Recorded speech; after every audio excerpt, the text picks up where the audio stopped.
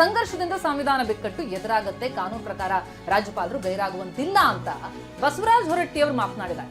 ಸಭಾಪತಿ ಹೊರಟ್ಟಿ ಅವರು ಟಿವಿ9 ಜೊತೆ ಮಾತನಾಡ್ತಾ ಹೇಳಿಕೆಯನ್ನು ಕೊಟ್ಟಿರೋದು. ಸರ್ಕಾರ ಮತ್ತು ರಾಜ್ಯಪಾಲರ ನಡುವಿನ ಈ ಸಂಘರ್ಷ ಮಾತುಕತೆ ಮೂಲಕ ಗೊಂದಲ ಬಗೆಹರಿಸಿಕೊಳ್ಬೇಕು. ಗವರ್ನರ್ ಸರ್ಕಾರ ಮಾತನಾಡಿ ಬಗೆಹರಿಸಿಕೊಳ್ಬೇಕು ಅಂತ ಮಾತನಾಡಿದ್ದಾರೆ. ನಮ್ಮ ಪ್ರತಿನಿಧಿ ಮಾತನಾಡಿಸಿದ್ದಾರೆ, ಸಭಾಪತಿಗಳನ್ನ ಕೇಳೋಣ. ಸರ್ಕಾರ ಮತ್ತೆ ಗವರ್ನರ್ ನಡುವೆಯ ಸಂಘರ್ಷದ ನಡುವೆಯೂ ಕೂಡ ಇವತ್ತು ಜಂಟಿ ಅಧಿವೇಶನ ನಡೀತಾ ಇದೆ. ಈ ವಿಚಾರವಾಗಿ ಮಾತಾಡಲಿಕ್ಕೆ ಸಭಾಪತಿಗಳಂತ ಬಸವರಾಜ ಹೊರಟ್ಟಿ ಅವರ ನೇರವಾಗಿ ನಾನು ಮಾತಾಡಿಸ್ತಾ ಹೋಗ್ತೀನಿ. ಸರ್, ಇವತ್ತು ಇದರಿಂದ ಅಧಿವೇಶನ ಆರಂಭವಾಗ್ತಾ ಇದೆ. ಇವತ್ತು ಜಂಟಿ ಸದನ ನಡೀತಾ ಇದೆ. ಆದರೆ ಸರ್ಕಾರ ಮತ್ತೆ ರಾಜ್ಯಪಾಲರ ನಡುವೆ ಒಂದಷ್ಟು ಸಂಘರ್ಷ ಕೂಡ ನಡೀತಾ ಇದೆ. ಇದರ ಬಗ್ಗೆ ನಿಮ್ಮ ಪ್ರತಿಕ್ರಿಯೆ ಸರ್? ಒಂದು ನಾನು ಹೇಳೋದೆ ಅಂದ್ರೆ, ನಿನ್ನೆ ಸುಮಾರು 3 ತಾಸಿನವರೆಗೆ ಕೂತಿದ್ದೆವು ಗವರ್ನರ್ ಕಡೆ, ಕನ್ವಿನ್ಸ್ ಮಾಡಿ ಹೇಳಿದೆವು. ಅವ್ರೇನಂತಾರೆ, ಕೇಂದ್ರ ಸರ್ಕಾರದ ವಿರುದ್ಧ ಬರ್ದಾರ ಇವರು, ಕರಪ್ಷನ್ನು ಮತ್ತೊಂದು ಮುಗಿದೊಂದು, ಅದು ನನ್ನ ಬಾಯಲ್ಲಿ ಹೇಳಿಸಿದ್ರೆ ನಾನು I am appointed by the central government, ಅವ್ರ ವಿರುದ್ಧ ನಾ ಹೆಂಗೆ ಮಾತಾಡಲಿ ಅಂತ ಒಂದು ಅವ್ರದ್ದು ವರ್ಷನ್. ಅವನ್ನ 2ರಿಂದ 11 ಡಿಲೀಟ್ ಮಾಡಿರಿ, ನಾವು ಓದ್ತೀನಿ ಅಂತ ಒಂದು. 2 ನಾನು ಡಿಲೀಟ್, ಇವರು ಏನಂತಾರೆ, ನಾವು ಡಿಲೀಟ್ ಮಾಡೋದಿಲ್ಲ, ಬೇಕಾದ್ರೆ ಅದನ್ನು ಮಾಡಿಫೈ ಮಾಡ್ತೀವಿ. ಯಾರು ಪೊನ್ನಣ್ಣ ಮತ್ತು ಇನ್ನೊಬ್ರಿಗೂ ಎಚ್ ಕೆ ಪಾಟೀಲ್ ಹೇಳಿದ್ದು, ಪೊನ್ನಣ್ಣ ಮತ್ತು ಇನ್ನೊಬ್ರು ಇಲ್ಲ, ಇವರು ಲೀಗಲ್ ಅಡ್ವೈಸರ್ ಗವರ್ನರ್ಗೆ, ಅವರು ಕೂಡ ಬೇಕಾದ್ರೆ ಮಾಡಿಫೈಗೂ ತಯಾರಿಲ್ಲ ಅವರು. ಇದು ಒಂದು ವಿಚಾರ. ಏನೇ ಕೊಟ್ಟರು ಕೂಡ ಅದನ್ನು ರಾಜ್ಯಪಾಲರು ಭಾಷಣವನ್ನು ಮಾಡಲೇಬೇಕು, ಓದಲೇಬೇಕು. ಹಾಗಾದರೆ ದಟ್ ಈಸ್ ಅ ರೂಲ್, ಸಂವಿಧಾನದಲ್ಲಿ ಬಂದಂಥ ನಿಯಮ.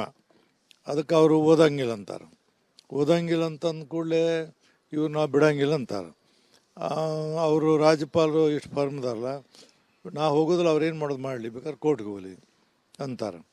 ಇದು ಒಂದು. 2ನೇದು, ನಾ ಬರ್ತೀನಿ, ಎಲ್ಲರಿಗೂ ಶುಭವನ್ನು ಹೇಳಿ ಹೋಗ್ತೀನಿ ಅಂತ ಇನ್ನೊಂದು ವರ್ಷನ್ ಏನಂದ್ರೆ, ಇವ್ರೇನಂತಾರೆ, ನೀವು ಬ್ಯಾಡ ಅಂದ್ರೆ ಅದನ್ನು ಬಿಟ್ಟು ಹೋದ್ರಿ, ಅದನ್ನು ಬಿಟ್ಟು ಓದಿದ್ರು ನಾನು ಓದ್ದಂಗೆ ಅಂತ ಅವ್ರದ್ದು. ಹೀಗಾಗಿ ಇದು ನಮ್ಮ ರಾಜ್ಯದಲ್ಲಿ ಮೊಟ್ಟ ಮೊದಲಿಗೆ ಇಂಥ ಒಂದು ಕ್ರೈಸಿಸ್ ಶುರುವಾಗಿದೆ. ಹಿಂದಾಗಿತ್ತು, ಖುರ್ಷಿದ್ ಆಲಮ್ ಖಾನ್ ಇದ್ದಾಗ ಬಂದು 2 ಲೈನ್ ಓದಿ ಹೋದರು. ಆಮೇಲೆ ಇನ್ನೊಬ್ಬರು ಯಾವಾಗ ಭಾರದ್ವಾಜ್, ಅವನು ಬಂದು 2 ಲೈನ್ ಹೋದ. ಹೀಗೆ ಇವರು ಬಂದು ತಮಗೇಂತಿದೆ 2 ಲೈನ್ ಓದಿ ಹೋದರೂ ಅದು ನಮಗೆ ನಡೀತದೆ. ಒಂದು ವೇಳೆ ಗವರ್ನರ್ ಬರೆದಿದ್ರೆ ಕ್ರೈಸಿಸ್ ದೊಡ್ಡದಾಗ್ತಿದೆ. ಯಾಕಂದ್ರೆ ಸೆಷನ್ ನಡೆಯೋದಿಲ್ಲ, ಮತ್ತು ಯಾರ ಮೇಲೆ ನೀವು ರಾಜ್ಯಪಾಲ ಭಾಷಣದ ಮೇಲೆ ಚರ್ಚೆ ನಡೆಯೋಂಗಿಲ್ಲ, ಮತ್ತು ಅದು ಸಂವಿಧಾನದ ಬಿಕ್ಕಟ್ಟು ಆಗ್ತಿದೆ. ಅದಕ್ಕೆ ಇದೊಂದು ಟಿಕ್ಲಿಶ್ ಇಶ್ಯೂ ಇದೆ. ನಿನ್ನ CM ನನಗೂಡ ಮಾತಾಡಿದ ರಾತ್ರಿ ನಾವು ಹೇಳಿದ್ದೀವಿ, ಏನಾರು ಮಾಡಿಫೈ ಮಾಡಿ ಅವ್ನು ತೆಗೀರಿ, ಬೇಕಾದ್ರೆ ಮುಂದೆ ನೋಡೋನು, ಇದನ್ನು ಘರ್ಷಣೆ ಬೇಡ ಅಂತ ಹೇಳಿದ್ದೀವಿ. ಅದೇ ಹೆಂಗೆ ತೆಗಿಯೋಕ್ಕಾಗತ್ತೆ ಅಂತ ಅವರು.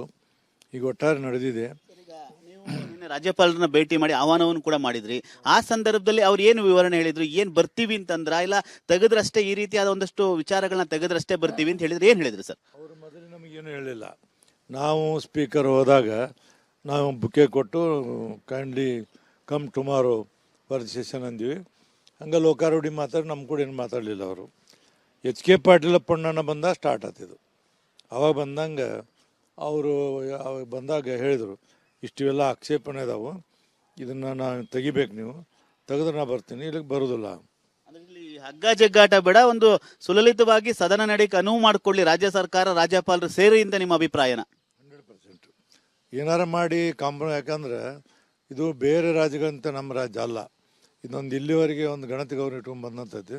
ಈಗ ಅದರಿಂದ ಸರ್ಕಾರಕ್ಕೂ ಕೆಟ್ಟ ಹೆಸರು ಬರ್ತೈತಿ, ರಾಜ್ಯಪಾಲಗೂ ಕೆಟ್ಟ ಹೆಸರು ಬರ್ತೈತಿ, ಜನನೂ ಇದನ್ನು ಮಾಡ್ತಾರೆ. ಅದಕ್ಕೆ ಬ್ಯಾಡ್ ಅಂತೀವಿ. ಈಗ ಹೋಗ್ತೀನಿ, ನಾ ಈಗ ಹೋಗಿ ಮುಖ್ಯಮಂತ್ರಿಗಳು ಮಾತಾಡೋದಕ್ಕೆ ಏನಾದ್ರು ಒಂದು ದಾರಿ ಹುಡುಕುವಂತ ಕೆಲಸ ಮಾಡ್ತೀವಿ. ಇದಿಷ್ಟು ಸಭಾಪತಿಗಳಂತ ಬಸವರಾಜ ಹೊರಟ್ಟಿ ಅವರ ಮಾತು. ಕ್ಯಾಮ್ರಾಮನ್ ಸಯ್ಯದ್ ಜೊತೆ ಸುನಿಲ್, ಟಿವಿ9 ಬೆಂಗಳೂರು. ಸೊ ಇದೆಲ್ಲದರ ಜೊತೆಗೆ